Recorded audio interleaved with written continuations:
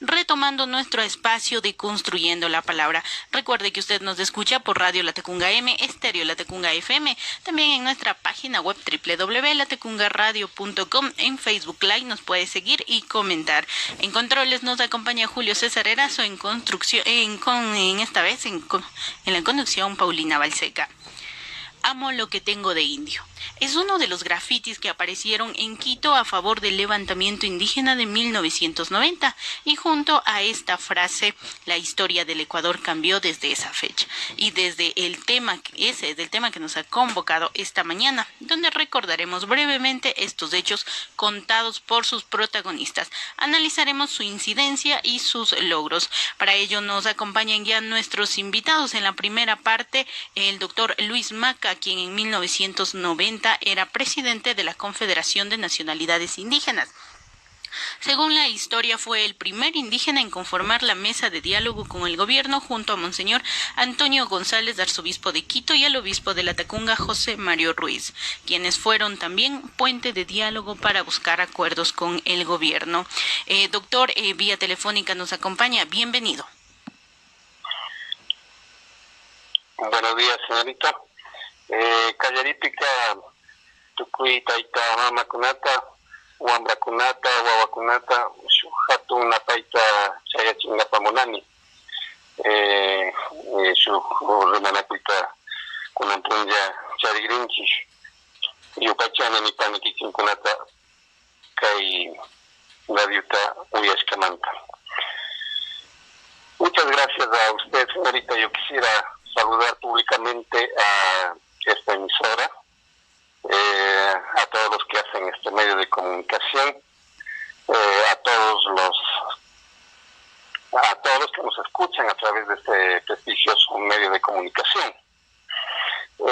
Yo quisiera primero empezar haciendo un saludo a este medio de comunicación que nos acompañó precisamente en la época en el que teníamos al frente prácticamente a los tres actores o cuatro actores, diríamos, que primero obviamente los que estuvimos en la acción como movimiento indígena del país, pero fundamentalmente los que hacían, digamos, la contrainformación, obviamente era el gobierno de ese entonces, los terratenientes y los medios de comunicación que estaban aliados precisamente a estos sectores.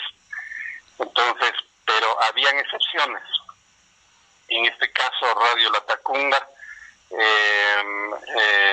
la otra emisora de Riobamba, que me acuerdo, y algunos medios de comunicación, ERPE, sí, gracias, señorita, y otros medios de comunicación comunitaria que estuvieron con nosotros informando de la manera imparcial lo que sucedía en el país. Bueno, yo quiero empezar diciendo que hay cuatro o tres aspectos, diríamos, fundamentales para poder, digamos, empezar este diálogo. Primero, yo quiero decir que obviamente en esa época ya teníamos una organización constituida, y gracias al levantamiento del 90 hubo el reconocimiento, y por eso ahora podemos hablar de la existencia de una organización nacional que es la CONAIE. Por eso ahora podemos hablar precisamente del movimiento indígena que hasta esas épocas, obviamente estaba ignorada, estuvo invisibilizada como organización y como una entidad, diríamos, de los pueblos y nacionalidades indígenas. Venía, construyéndose un hecho, no simplemente desde el 90. Obviamente que se hicieron los preparativos finales en esas épocas para estas acciones, pero las condiciones se venían dando ya desde las organizaciones de base, yo diría desde las luchas territoriales, las luchas locales. Esos fueron los elementos fundamentales para que haya una acción nacional, una acción de ese carácter, donde en este levantamiento del 90, yo digo un levantamiento de la época al menos el levantamiento más grande de los indígenas en nuestro país, porque éramos miles de personas, no solamente en Quito, en casi todas las provincias. El levantamiento fue masivo precisamente, yo digo, porque hubo ese crecimiento, hubo, yo digo, esa experiencia y ese aprendizaje de generación en generación de la lucha de los pueblos indígenas. ¿Cuál era el contenido fundamental? El contenido, precisamente, la tierra y el territorio. Para nosotros la tierra no es un medio de producción material, mercantil. Para los pueblos indígenas, la tierra y el territorio significa precisamente la madre que nos da la vida a todos los seres vivos, no solamente al ser humano. Y por eso nosotros creemos de que hasta el día de hoy, precisamente, las organizaciones de esa época y otras organizaciones más, venimos defendiendo precisamente la vida de todos. Doctor, dentro de este análisis que usted manifiesta, podemos conocer las fortalezas en ese momento. Rápidamente, ¿a qué se enfrenta en la actualidad el movimiento indígena? Obviamente en esa época, y desde mucho más antes, las tierras, los territorios que fueron invadidos, que fueron usurpados, digamos, por quienes nos colonizaron, venía de ser una situación estructural que nunca, en ninguna época, por más que se hayan expedido leyes de reforma agraria, nunca se aplicó. En esa época no solamente eran cientos o decenas de conflictos de tierra, los conflictos eran mucho más, ¿no? Los que estuvieron en la mesa de negociación, los conflictos más significativos de esa época se puso en la mesa del diálogo, por ejemplo. Entonces, yo digo, esos son los contenidos de esta movilización fundamentalmente. Claro, habían 16 puntos que nosotros pusimos en la mesa para el diálogo, pero lo que quiero decir es que el eje que articula el movimiento indígena, desde la presencia mismo de los conquistadores, de los que invadieron estos territorios, obviamente ha sido la lucha por la recuperación de la tierra, la lucha porque defendamos nuestros territorios. Entonces, ese ha sido uno de los ejes que articula el movimiento indígena en todo el país. Otro de los ejes, para ir resumiendo, es precisamente la identidad. Y la identidad obviamente se visibiliza a través, por ejemplo, de la educación, ¿no? Que se plantea también en la mesa del diálogo. Pero esto obviamente es desde una acción propia de los pueblos indígenas, desde, yo digo, la crítica al Estado, el cuestionamiento al Estado que ha sido, yo digo, permanentemente, históricamente, un Estado que ha desconocido, un Estado que ha subordinado las culturas, a los pueblos, a las identidades en nuestro país. Somos entidades históricas, somos entidades económicas, somos entidades culturales, políticas, sociales, pero que fuimos invisibilizados, fuimos aplastados, con estos términos quiero decir, desde el Estado y desde la sociedad. Entonces, naturalmente, desde esa situación de discriminación, desde esa situación hasta del racismo que lastimosamente existe hasta el día de hoy, esas taras coloniales, venía pues de plantear también como un eje fundamental la educación en nuestras lenguas propias, en las lenguas indígenas. De tal manera de que, digo, estos son algunos de los ejes que movilizó la organización, la unidad del movimiento indígena en esas épocas, y creo que hasta el día de hoy precisamente seguimos luchando por estos ideales que construyeron, un camino que construyó Mama Dolores Cacuango, Mama Tránsito, Fernando de Aquilema, todos ellos lucharon precisamente por eso, en contra de los grandes hacendados. Nosotros nos acordamos, por ejemplo, en el 90, habían tantos y tantos casos de la problemática sin haber siquiera de parte del Estado puesto atención en la tramitación de los conflictos de tierra.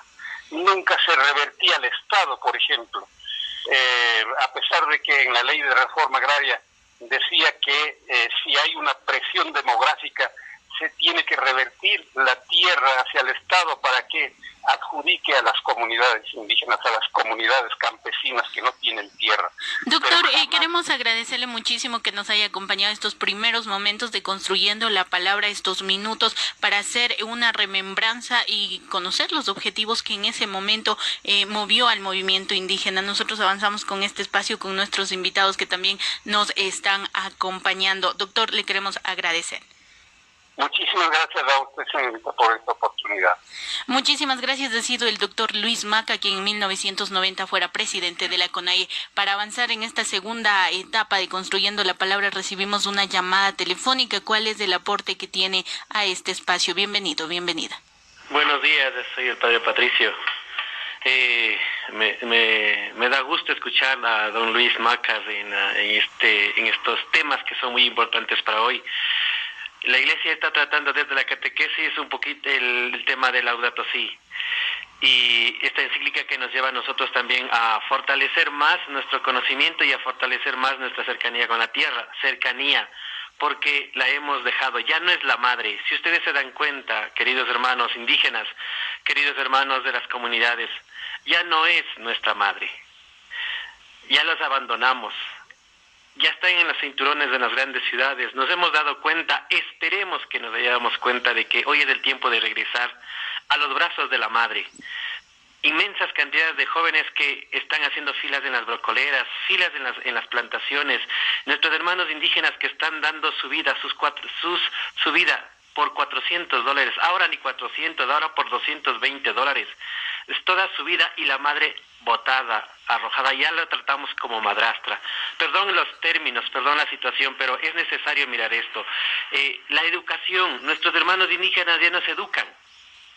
Ya no tenemos tiempo de tomar un libro, de escuchar a nuestros abuelos, de escuchar a nuestra gente. Ya lo tenemos como segregados. Ahora escuchamos más a los medios de comunicación, a un medio por allá que se lanzan a unas calcomanías. Damos crédito más a andar en motocicleta, haciendo bulla, sacarte 1 mes, 2 meses de tu sueldo, de tu bienestar para comprarte una motocicleta y andar en las calles diciendo que eres igual. Eso no es identidad, eso no es educación. El ser como los otros, andar en estas situaciones de consumo, no es avance desde los pueblos indígenas, ¿verdad? La historia es hermosa, la historia nos debe aportar, la historia nos debe ayudar también a nosotros, ¿verdad? Tantas mujeres dieron la vida y que nosotros no demos la vida.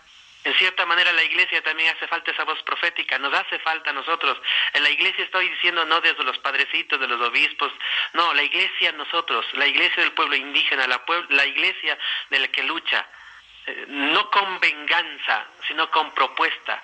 La propuesta es lo que nos ha hecho falta en estos tiempos y créanme, don Luis, queridos hermanos indígenas, estamos haciendo lo que podemos, estamos trabajando. Nos hace falta esa voz de alegría, esa voz de esperanza, de lucha por nuestra tierra, ¿sí? Y Radio La Tacunga, que nos haga entrar en este ambiente, crear un nuevo ambiente.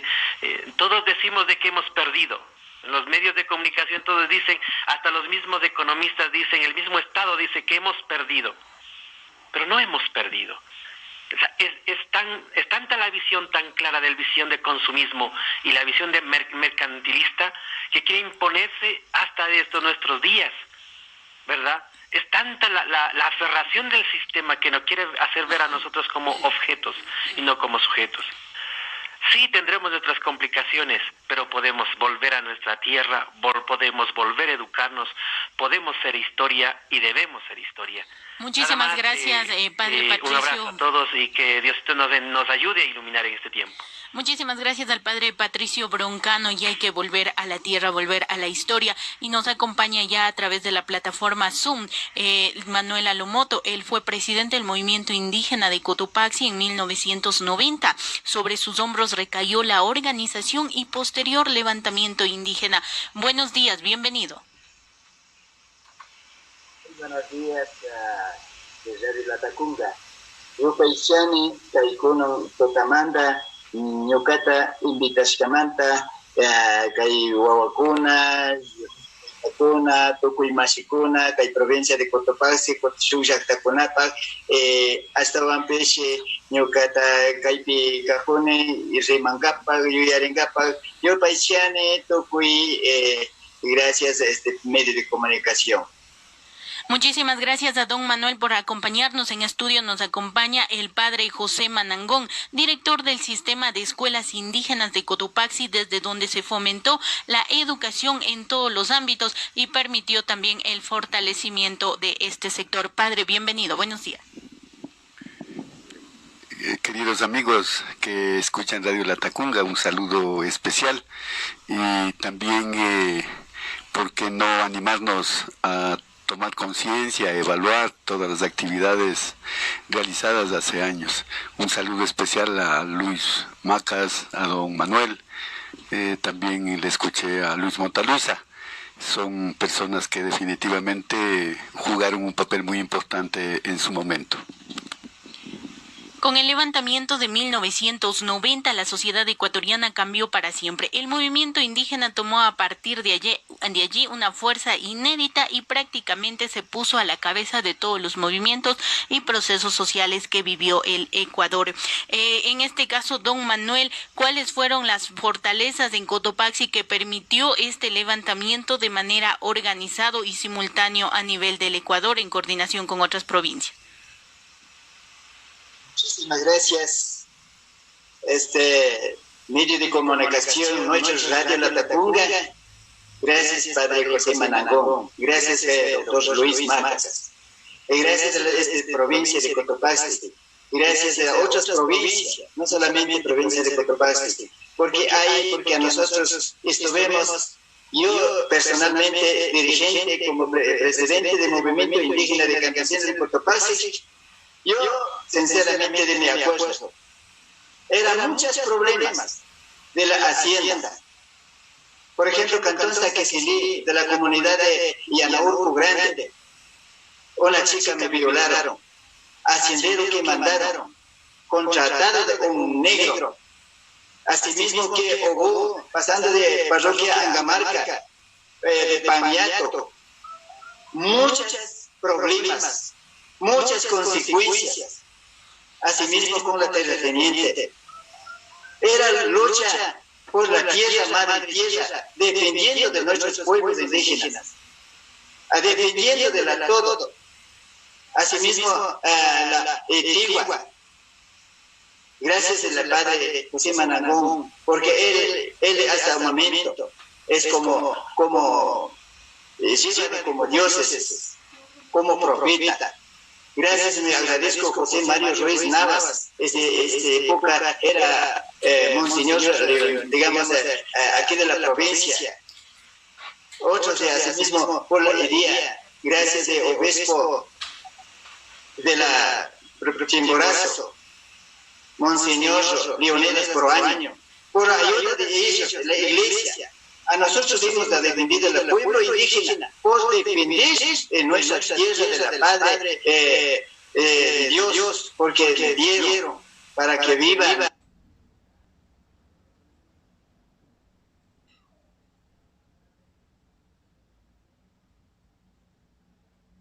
Nosotros de la pueblo indígena, no solamente pueblo indígena, pueblo de mestizo, pueblo campesino, todos vivimos por la tierra, no solamente del indígena, porque a nosotros todos por la tierra vamos a regresar, por asimismo por la vivienda, asimismo por la educación. Era la lucha de la pueblo indígena por la educación, no era fácil, no era, por ejemplo, esa época, por ejemplo, era el presidente de la República, doctor Rodrigo Borja, otro otros venideros. Asimismo, por la salud, tantas cosas a nosotros. Como dijo el doctor Luis Macas, era punto específico, era de punto 17 puntos. Pero a nosotros hemos logrado educación, por la salud, más que todo, la madre tierra, por defender. Esa era la lucha de nosotros. No solamente era discriminación del transportista, tantas cosas de la problema. A nosotros hemos acusado como primer dirigente del movimiento indígena de Cotopaxi. Gracias a la post-estructuración del Ecuazonare. Por estructuración de Ecuazonare era hasta el momento, gracias, están llevando, mal o bien, están llevando del apoyo de las nacionalidades indígenas del Ecuador. Gracias por la CONAI, gracias por la dirigentes nacionales. Gracias, porque por eso nosotros hemos estado frente de la lucha de año 90. Gracias por invitar, declarar, ayudar, acordar. Eso estamos, yo sumamente estoy agradecido de este medio de comunicación. Muchísimas gracias a don Manuel. Padre Pepe, usted ha estado siempre al frente de las escuelas indígenas en Cotopaxi. ¿Cómo esto influyó y apoyó al levantamiento indígena y a plantear también las estrategias y los puntos claros que necesitaban dialogar y avanzar junto con el gobierno? Bien, yo creo que es oportuno dar inicio a una evaluación de estos 30 años del movimiento indígena y del levantamiento primero que se hizo. Quisiera retomar algún aspecto que ya lo mencionó Luis Macas, en el sentido de que los procesos de toma de conciencia por la tierra, especialmente de aquellas comunidades que no la tenían, son procesos muy locales en defensa de su tierra y de su territorio. Recuerdo también en las comunidades indígenas, por ejemplo, hace 30 años, en Sumbawa el 87% eran analfabetos los varones y el 99% eran analfabetas las mujeres. Todas estas realidades entonces definitivamente hicieron que la dignidad de las comunidades indígenas, de los pueblos indígenas, pues florezca y reaparezca, y ese fue, digamos, la fuerza que tomó para los levantamientos indígenas. En este sentido, yo creo que la educación toma el papel de un poco el centro de las operaciones de las comunidades indígenas. La escuela se convierte en el espacio en donde tanto padres de familia como comuneros, como dirigentes, para informarse, para educarse, para reflexionar sus realidades, inclusive para planificar sus propias comunidades y sus propias acciones. Yo creo que ese es el papel que juega la escuela, pero lamentablemente a partir de que el Estado asume el proceso educativo bilingüe, definitivamente ya es un desastre. Hoy en día considero que el Estado ha secuestrado la educación intercultural bilingüe y no le permite desarrollar sus propias capacidades desde las realidades culturales de las comunidades indígenas. Yo creo que es el momento de liberarnos del Estado para que las escuelas de las comunidades indígenas definitivamente puedan retomar ese rol de animar, de impulsar, de iluminar todos los quehaceres de la comunidad indígena. Yo creo que este es un punto muy importante. Pero también estos acontecimientos históricos fueron muy importantes en cuanto que la toma de conciencia a nivel personal, a nivel individual, y eso tiene mucho que ver con el Evangelio, la dignidad del ser humano. El pueblo indígena en la época de la hacienda definitivamente perdió dignidad. No se reconocían ni siquiera como personas, pero ha sido el Evangelio, la palabra de Dios, que definitivamente ilumina y aclara su dignidad, y a partir de esa dignidad se genera todo este proceso de lucha y este proceso de movilización y fundamentalmente de lo que es la comunidad. Yo creo que aquí este punto inclusive se convierte en el aspecto político.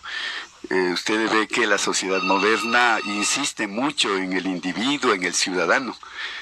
Insiste en el hecho de que la individualidad, el yo, es lo más importante, mientras que la comunidad insiste en el nosotros. Yo creo que ahí hay un punto que hay que reivindicar. Yo creo que hay que retornar inclusive a ese pensamiento del nosotros. Hay que construir el nosotros, no construir el ciudadano, el individuo, el yo. Eso no es posible. Si nosotros queremos reivindicarnos y si queremos enfrentar los problemas de la modernidad, definitivamente tenemos que hacerle desde la comunidad, desde el nosotros. Y por eso es que el Estado definitivamente insiste en el hecho de que la comunidad tiene que destruirse, tiene que acabarse, porque lo que le interesa es el individuo. Y al individuo con mucha facilidad se lo puede manipular, se lo puede oprimir, se lo puede esclavizar. Y al individuo se le puede vender cualquier cosa. Entonces, en ese sentido, yo creo que la marca que tienen las comunidades indígenas es el hecho comunitario. Y es la comunidad la que tiene que enfrentar a el Estado. Yo creo que en ese sentido comparto con el criterio de Lucho Montaluis, en el sentido de que ciertamente estamos equivocados si insistimos en el hecho de seguir buscando los poderes del Estado. El poder del Estado ya tiene una infraestructura, ya tiene una estructura que no se va a poder cambiar. Y en ese sentido, más bien los compañeros indígenas que han asumido el Estado, muchos de ellos se han corrompido. Yo en eso comparto con el criterio de Lucho Montaluisa. Por eso yo creo que hay que retornar al hecho de la comunidad. Hoy por hoy, más que nunca, hay necesidad de fortalecer la comunidad, resolver problemas de las comunidades indígenas a todos los niveles, a nivel humano, a nivel productivo, a nivel económico, pero desde la visión del bien común, del hecho comunitario. Yo creo que ese es el punto que nosotros ahora tenemos que trabajar y de hecho lo estamos haciendo, ¿no? Tomar conciencia de que la única manera que el pueblo indígena va a salir adelante y en algún momento va a poder gobernar, pero desde el hecho comunitario, no desde la estructura del Estado, y ahí fracasamos. Muchas gracias, Padre Pepe. Don Manuel, dentro de estos procesos de que evolucionan y todo esto, también ha habido secuelas. Antes de pasar con Don Manuel, quien está en línea, buenos días, se identifica, bienvenido, bienvenida. Buenos días, soy Héctor Herrera desde la parroquia de Tuacaso. Bienvenido, don Héctor. Verá, una preguntita para los señores que están ahí en el panel a través de la línea telefónica, verá. Más o menos nuestra historia es linda, por eso como es los políticos borraron nuestra historia. Yo tuve la oportunidad de estudiar nuestra historia desde la época de los incas que nos vinieron a dominar, igual llegaron los españoles, nos vinieron a dominar, hablamos de unos 500 años, ahorita estamos hablando de los 30 años de levantamiento, pero en este caso, verá, como es el señor padre, indica que hay que fortalecer la estructura comunitaria. Pero si nosotros dejamos en manos de los que ahora nos están gobernando y nos han venido gobernando, ¿qué vamos a esperar? Si solo han cambiado los escenarios nada más. Hace 30 años hablamos de que las tierras no era repartida equitativamente, pero ahora ya el escenario ha cambiado. Esa tierra tenemos produciendo, pero nosotros seguimos esclavizados, seguimos con unas leyes más absurdas, que igual tantos impuestos en este escenario nos siguen esclavizando. ¿Y cómo debemos nosotros, o cómo se puede, cómo es llegar a ser ya eco a nivel nacional? En octubre tuvimos la oportunidad, yo también estuve coordinando, estuve a la cabeza. Entonces soy un mestizo, que de verasmente me gusta el bien común. Entonces si esperamos cruzados de brazos, como es que nuestros políticos sigan haciendo lo que quieran, no seguirán pisoteando. Y entonces, ¿qué manera sería, además de eso, no comparto con el criterio de esperar cruzados de brazos en las estructuras comunitarias? Algo más se debe hacer. Esa es mi pregunta. Muchísimas gracias a don Héctor. Enseguida le damos el paso al padre Pepe. Antes queríamos plantear una pregunta para don Manuel. En los procesos de lucha social siempre ha existido afectación diferentes, entre ellas la pérdida de vidas humanas o que las personas hayan sido encarceladas. Como movimiento indígena, como dirigente, ¿ustedes cuántas personas perdieron la vida en este levantamiento de 1990? Esta pregunta porque según el columnista Gonzalo Ortiz Crespo, quien en 1990 precisamente fuera secretario del presidente Rodrigo Borja, señala que solo existió un fallecido a nivel nacional y eso fue en Latacunga. Dentro de este proceso, don Manuel, ¿cuántas personas encarceladas fallecidas hubo? Muchísimas gracias, señora periodista. Yo bastante que agradezco de Radio Latacunga a todo. A esa época, a nosotros como se fuera como borrigo, metieron de la cárcel. Eso porque no hemos contado. No hemos dicho, por ejemplo, cuántas personas eran. Eso sí no nos tengo claramente. Porque a nosotros pobres, porque a nuestros compañeros jóvenes, hasta jovencitas, hasta metieron de cárcel, como si fuera como borrigo. Eso no hemos hecho cuenta. Hay, por ejemplo, nosotros, como dirigentes del movimiento indígena, subimos a 3 juicios. 3 juicios, gracias a, por ejemplo, a algunos de mis jóvenes de eso ayudaron. Entonces, ahora, sabiendo eso, acusándole eso, jóvenes, por ejemplo, que ahora no están respondiendo, si esto es de la... No están respondiendo. ¿Por qué? ¿Por qué de razón? A veces el padre, porque tenemos de la... padre y madre, porque tenemos la culpa. A veces de la falta de las organizaciones. A veces de la falta de la conciencia. A veces la falta de economía. Ahí sale de las migraciones. Hay tantas cosas, problemas. Ahora nosotros tenemos que luchar. Así nosotros no hemos dejado. Así nosotros, el pueblo indígena, gracias, hemos estado en la frente de la lucha. Hasta el momento. Si esto es como un señor que me dijo, están de la política, está dividiendo. Mismo a veces los religiosos están dividiendo.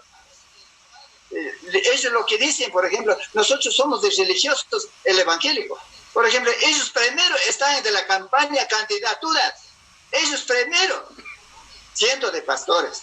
Porque no hay la común de la unión de la comunidad. Por eso, porque nosotros no estamos parecidos, parece que a nosotros estamos débiles a alguna cosa. Ahora, por ejemplo, están manejando las leyes. Leyes están en secreto, están trabajando. Ahora, por ejemplo, ¿qué mismo están haciendo? Pero está de la enfermedad de pandemia. Ahora estamos amarrados con mascarilla. Entonces, pretexto de eso, porque ellos están manejando estratégicamente. Hoy, por ejemplo, tenemos que luchar a la más que nunca, porque gracias, por ejemplo, Iglesia, yo te agradezco, por ejemplo, ahora, por ejemplo, están hablando del padre José Manangón. Yo felicito de usted, por usted, el día de por usted, a nosotros hemos estado en la frente. Por eso, entonces, yo te agradezco, entonces, porque ahora tenemos que luchar. Esa digamos, mayoría de los politiqueros están haciendo todo. Todas cosas están haciendo mal hechos, mal estratégico. Entonces, por eso, entonces ahora, porque esa lucha no termina. 30 años de la lucha, no estamos terminados. Mejor están siguiendo, mejor están más peorando. Tenemos que seguir, eso vamos a hacer, señor periodista. Muchísimas gracias a don Manuel. Padre, hace momento don Héctor planteaba una interrogante. A esa le quiero añadir, siendo que una de las fortalezas de los procesos organizativos ha sido la educación y ha sido la formación. ¿Por qué ha permitido o ha existido dentro de este proceso intereses políticos, personales y partidistas que han debilitado la organización en la última década y media? Estamos hablando de los últimos 15 años. Bueno, trabajar por fortalecer la comunidad no es cruzarse de brazos. Yo sí creo que la comunidad indígena a estas alturas definitivamente tiene problemas bastante complicados. La explosión demográfica, por decir así, la tenencia de la tierra que se han vuelto parcelas mínimas ya. Lucho Montalvis ha tocado un problema sumamente serio que es el agua. Se ha deforestado, se ha reducido los pajonales, entonces hay problemas sumamente complicados. Pero yo creo que para enfrentar la politiquería del Estado no nos queda otra alternativa que luchar para que la comunidad y la organización indígena se fortalezca. Pero ¿qué hacer si el parte de la politiquería del Estado son los mismos personas que antes fueron líderes indígenas? Por eso, la fuerza de la organización comunitaria lo que va es a controlar a los que van a asumir los cargos políticos. No es posible que por ahora los políticos hacen lo que les da la gana, pero porque nadie les controla, porque el pueblo no está organizado, porque las comunidades indígenas de alguna manera se han debilitado, ¿no? Hay una fuerza muy interesante y muy importante que convoca la CONAI, el Ecuarrunar, y evidentemente es así, pero frente a la problemática del Estado definitivamente queda reducido a lo mínimo. En ese sentido, entonces, no creo que sea cruzarse de brazos si se lucha y se toma conciencia para una mejor organización para resolver los problemas de la comunidad. Después, el asumir las autoridades del Estado, eso ya vendrá históricamente, cuando definitivamente las comunidades indígenas bien organizadas propongan ya un modelo de gobierno totalmente distinto y diferente al actual, porque el actual solo se rige desde el punto de vista capitalista. Y ya mencionó el mismo señor el hecho de que las leyes, o sea, la opresión se ha sofisticado. Ahora no le tenemos al patrón en la hacienda, pero el patrón está en el Estado. Es el Estado el que se ha vuelto el nuevo patrón. Y este nuevo patrón nos domina a través de la supuesta norma y legalidad. En ese sentido, entonces, sí me parece a mí que es importante seguir luchando para que la organización comunitaria indígena se pueda fortalecer y a partir de ello ir asumiendo definitivamente las posibilidades del bien común.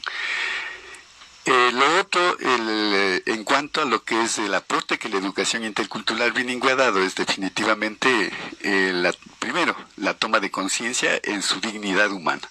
El hecho de que siendo hijos de Dios, no somos menos que nadie.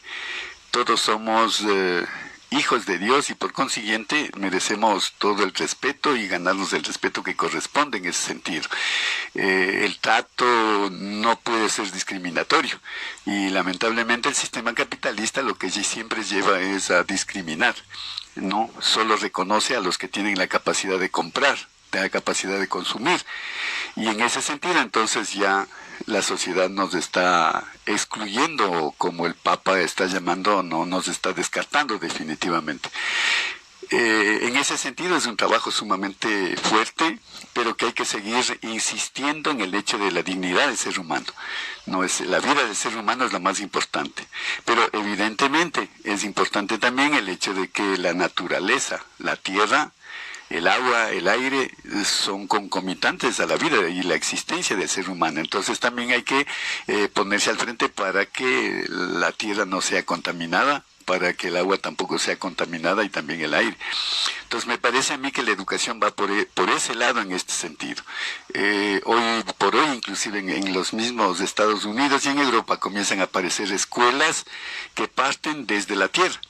Escuelas incipientes, pero que comienzan a tomar una fortaleza impresionante, que las escuelas ya con sus niños comienzan el trabajo en la comunidad, que es lo que nosotros hacíamos anteriormente y que el gobierno prohibió. El niño tiene que aprender a partir de las actividades que los papacitos hacen con respecto al cultivo de la tierra, al manejo de la tierra. En ese sentido, entonces sí me parece a mí que el hecho de que la dignidad del ser humano se ha rescatado y se ha impulsado ha dado resultados muy importantes. Hoy en día los jóvenes se sienten mucho más seguros. El otro punto es el desarrollo cultural. Eso es una cosa que a mí personalmente sí me llena de mucha alegría porque la producción cultural de las comunidades indígenas está en vigencia y uno de esos elementos es indudablemente la lengua. La lengua los jóvenes lo manejan muy fluidamente, ¿no? Estoy hablando de jóvenes indígenas que se han educado en las escuelas comunitarias, de los que siguen vinculados a la familia, ellos manejan el quichua de manera muy fluida en este aspecto. Entonces, la producción cultural que comienza a aparecer en las comunidades indígenas es muy significativo en ese sentido. Y yo creo que eso aporta a lo que ya se habló acá, el hecho de la identidad. Es la identidad quichua hablante sigue en vigencia. Y esa identidad es la tierra, es la comunidad, es la organización, es la historia ancestral, el recuerdo de los mayores, de los que nos han precedido en este caminar por esta tierra. Otro elemento que me parece importantísimo en este sentido del aporte que ha dado educación intercultural bilingüe es la formación de los maestros. Hoy en día los que nos están dirigiendo en sus cargos es fruto de la educación intercultural bilingüe, las escuelas, el colegio. Eso es muy significativo y evidentemente hay muchos alumnos que han incursionado ya en la universidad y que definitivamente son gente muy emprendedora y son gente que definitivamente está estructurando nuevas formas de producción, nuevos tipos de relaciones sociales en este sentido. Yo creo que el aporte que ha dado educación intercultural es muy fundamental y uno de los elementos en ese sentido es la educación de la mujer. Antiguamente solo eran los niños los que iban a la escuela. Hoy en día la mujer es la que definitivamente está asumiendo ese papel del conocimiento, de la ciencia, el papel de la reflexión, el papel de iluminar toda la problemática. Y eso a mí me parece muy importante. Conozco muchas chicas que definitivamente son muy dignas de ser destacadas porque la toma de conciencia desde su realidad de mujer, de madre de familia, de comunera, es mucho más nítida que la del varón. Don Luis, don Manuel, en este corto tiempo que nos queda, ¿qué debe hacer el movimiento indígena para continuar avanzando con estas luchas, con estos ideales que tiene? Muchísimas gracias. A través del movimiento indígena, yo felicito, por ejemplo, hoy momento, por ejemplo, está siguiendo los compañeros dirigentes los jóvenes, está asumiendo, está regiendo, están luchando, estamos en todo igualdad. Está de movimiento indígena, gracias Estado, a frente alta. Tiene que haber una de capacitaciones de la comuna, una organización de segundo grado. Tiene que haber capacitaciones por las educaciones, por la salud, por las alimentaciones, por la igualdad, por los derechos, por la política. ¿Qué significa? ¿Por qué estamos? ¿De dónde estamos? Entonces, eso porque tiene que haber la capacitación. Una organización, por eso, porque tenemos. Yo no puedo hablar, por ejemplo, del movimiento indígena, pero gracias está asumiendo. Por eso, porque yo rogaría. Tenemos que luchar. Tenemos que llevar la conciencia primero. Tiene que haber las capacitaciones. Sin capacitaciones no podemos. Ahora no está, no asuma. Ahora la política no van a cambiar, si esto es. Eso no va a cambiar. Hasta indígena propia estamos llevando malas conciencias, mal actuaciones por seguir en la política. No estamos asumiendo, por ejemplo, qué significa pueblo indígena, nuestros derechos, para no estar viviendo cada vez pisoteado otras mestizos, otros de politiqueros. Mestizo del pueblo no tiene la culpa, sino es de la mínima, es el político y maneja al revés derecho. Eso tenemos que hacer, analizar brevemente, en juicio. Eso le digo, a veces